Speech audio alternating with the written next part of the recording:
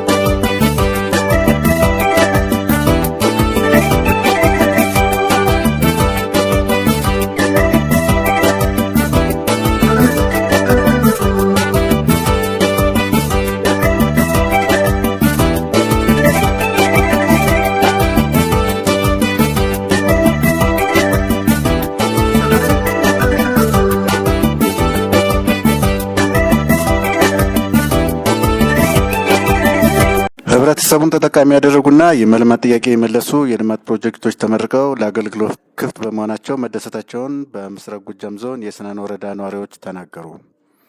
በምስራቅ ጎጃም ዞን ስናን ወረዳ በተጠናቀቀው በጀት ዓመት በመንግስት በአልማና በተለያዩ ረጅ ድርጅቶች ከ110 ሚሊዮን ብር በላይ በሆነ ወጪ የተገነቡ ከ14 በላይ ፕሮጀክቶች ተመርቀው ለአገልግሎት ክፍት ሆነዋል። ተመርቀው ለአገልግሎት ክፍት ከሆኑት የፕሮጀክት መካከል የረቡ ገበያ አንደኛና መካከለኛ ደረጃ ባለ 2 ወለል ህንፃ ግንባታ፣ የቅድመ አንደኛ ደረጃ መማሪያ ክፍል ግንባታ፣ የማህበረሰብ አቀፍ መድኃኒት ቤት ግንባታ፣ የንጹህ መጠጥ ውሃ ግንባታና ሌሎች የልማት ፕሮጀክቶች ይገኙበታል። ወይዘሮ ስስት ተስፋዬ የረቡ ገበያ ከተማ ነዋሪ ሲሆኑ ማህበረሰቡ ለረጅም ጊዜ ሲጠይቃቸው የነበሩ የልማት ፕሮጀክቶች ምላሽ በማግኘቱ መደሰታቸውን ገልጸዋል። በበጀት ዓመቱ በሁሉም የልማት ዘርፍ ተገንብተው ለአገልግሎት ክፍት የሆኑት የማህበረሰቡን ተጠቃሚነት ያረጋገጡ ስለመሆናቸውም ነዋሪዋ ተናግረዋል።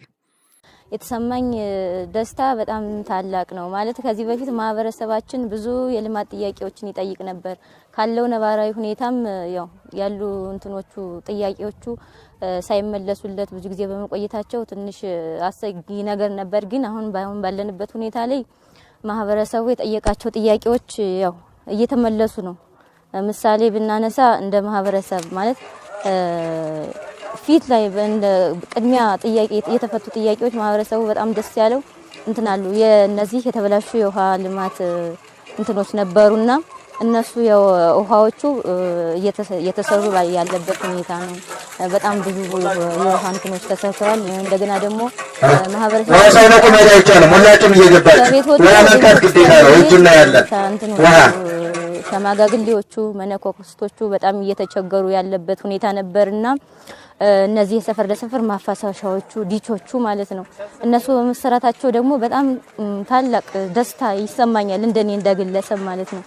እንደገና ደግሞ ማለት አሁን በዚህ ላይ በዲቹ እንትን ላይ ማህበረሰቡ ማወቅ ያለበት ነገር ማለት ነው ዲቾቹ በጣም ከፍተኛ በጀት ተበጅቶላቸው የተሰሩ በጀቶች እንትኖች ናቸው የልማት ስራዎች ናቸው እና እነዚህን ማህበረሰቡ የኔ ናቸው ብሎ እንደ ራሱ ሀብት ቆጥሮ ጽዳታቸውን እየጠበቀና ጽዳታቸውን እየጠበቀ ቢንከባከባቸውና በዛ ዲቹ ውስጥ የሆነ የቆሻሻ የሚጥሉትን ቆሻሻ እንዳይጥሉ ቢደረጉ እንደ ግለሰብ የሚሰጠው አስተያየት ነው። እንደገና ደግሞ እነዚህ ትምህርት ቤቶቹ ማለት ነው ማለት እኔ ተማሪ በነበርኩበት ሰዓት ላይ ትምህርት ቤቶቹ በጣም እንደዚህ መሬታቸው በጣም እንትን እያለ በበት እየለቀለቀን ነበር የምንማርባቸው ማለት ነው። ግን ዛሬ እንዳየሁት ከሆነ በጣም ደስ ይላል።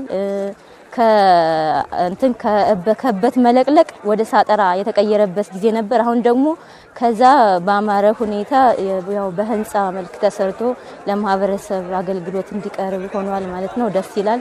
እንደገና ደግሞ ብዙ ጊዜ ማለት ለብዙ ጊዜ እኔ ትንሽ ያለው የአንደኛ ክፍል የሁለተኛ ክፍል ትምህርት ተማሪ በነበርኩበት ሰዓት ላይ ስታዲየም ሊሰራ ነው ተብሎ የመሰረተ ድንጋይ ሲጣል አብሬ ከተማሪዎቹ ጋር መጥቼ አይቼ ነበር እና ማለት ያ የተጣለበት በጣም ብዙ ጊዜ ነው። ጊዜውን ባላቀው እኔ አንደኛ ክፍል የገባው በ2000 ዓመተ ምህረት ነው።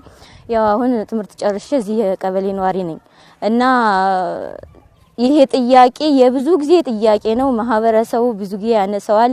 እንደገና ደግሞ ስፖርት መስራት የሚፈልጉ ወጣቶች አለመቻች ይላቸው ያለ ብዙ ማለት አንዴ ሃይ ስኩል ይሄዳሉ፣ አንዴ ታች ቄጠማ የሚባል ሜዳ አለ እዛ ጋር ይሄዳሉ፣ አንዳንዴ እዚህ ይመጣሉ። በጣም አስጊ ጊዜ ማለት በጣም ያልተመቻቸ ጊዜ ነበር። ግን በዘንድሮ በ2018 የበጀት ዓመት በጣም ደስ በሚል ሁኔታ ስታዲየሙ ተሰርቶ ለማህበረሰብ አገልግሎት እንዲውል ተደርጓል። በጣም ደስ ይላል።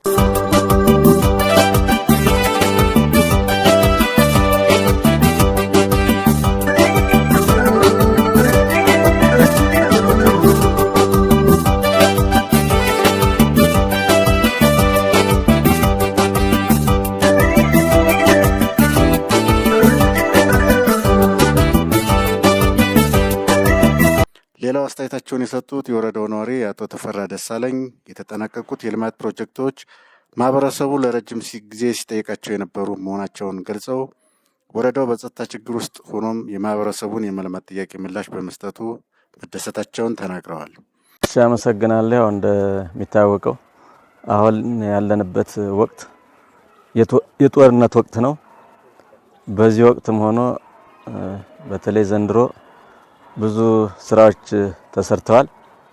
ማህበረሰቡም በዚህ ልክ የመንግስትን ችግር እያየ አብሮ ተሳታፊ ሆኖ ልማት እየሰራ ያው እንደምታዩት ይሄን የመሰለ ትምህርት ቤት ተሰርቶ ትናንትና ጎብኝተን በተግባር አይተናል።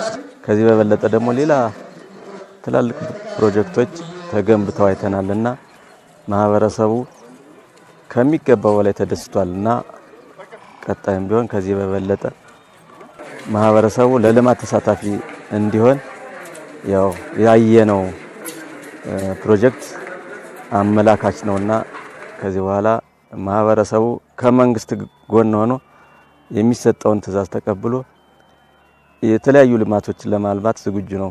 መንግስትንም በዚህ አጋጣሚ እያመሰገን ነው። ቀጣይም ከዚህ በበለጠ እንዲሰራልን እናሳስባለን ብለን ነው የምናስበው።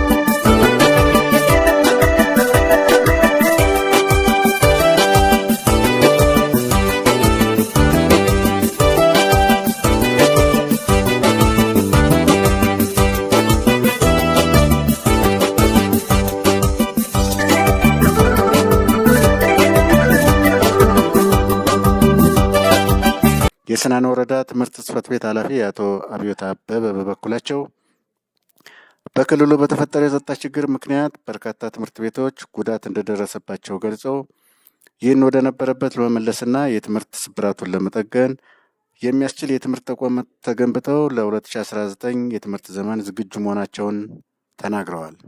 እንግዲህ በወረዳችን ብሎም በክልላችን በተፈጠረው የጸጥታ ችግር የትምህርት መዋቅሩ ላይ ነው በከፍተኛ ጉዳት ያሳረፈ። ይህ በትር በጣም ከፍተኛ እንደሆነ ማህበረሰቡ ያውቃል።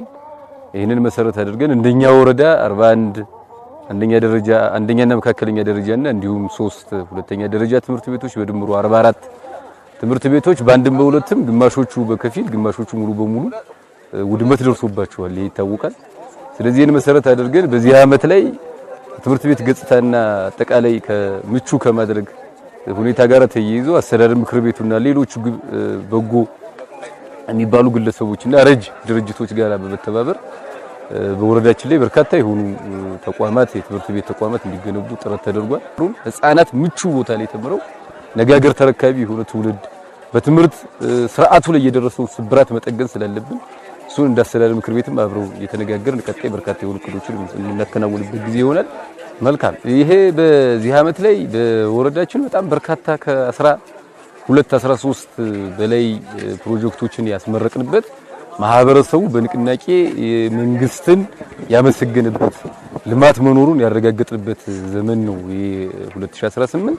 ስለዚህ በእነዚህም ከትምህርት ቤት ግንባታ ውጪ ስንወጣ በርካታ የሆነ የህዝብ ጥያቄ እንደሰበት የነበረው የሰናን ወረዳ የወጣቶች መዝናኛ ስታዲየም ላይ የተደረገው ስራ በንጹህ ውሃ መጠጥ ማህበረሰቡን ለማስጠቀም ከገጠር እስከ ከተማ የተገነቡ ከ61 በላይ የሚደርሱ በርካታ የሆኑ የመጠጥ ውሃ አገልግሎቶች ሌሎችም ከዚህ ከቢች ማፋሰሻ ጎርፍ ጋርም ተያይዞ ብዙ ማህበረሰብ ሲያነሳ የነበረውን ጥያቄ ምላሽ የሰጠንበት አልፎ አልፎ አጠቃላይ ያሉት ከዚህ ህፃናት አጠቃላይ ካሉ ከስራ ለመስራት እናቶች በርካታ ጥያቄ የሚያነሱበት የህፃናት ማቆያ ጋርም ተያይዞ እንደወረዳችን በጣም በርካታ የሆኑ ስራዎች የተሰሩበት ነው።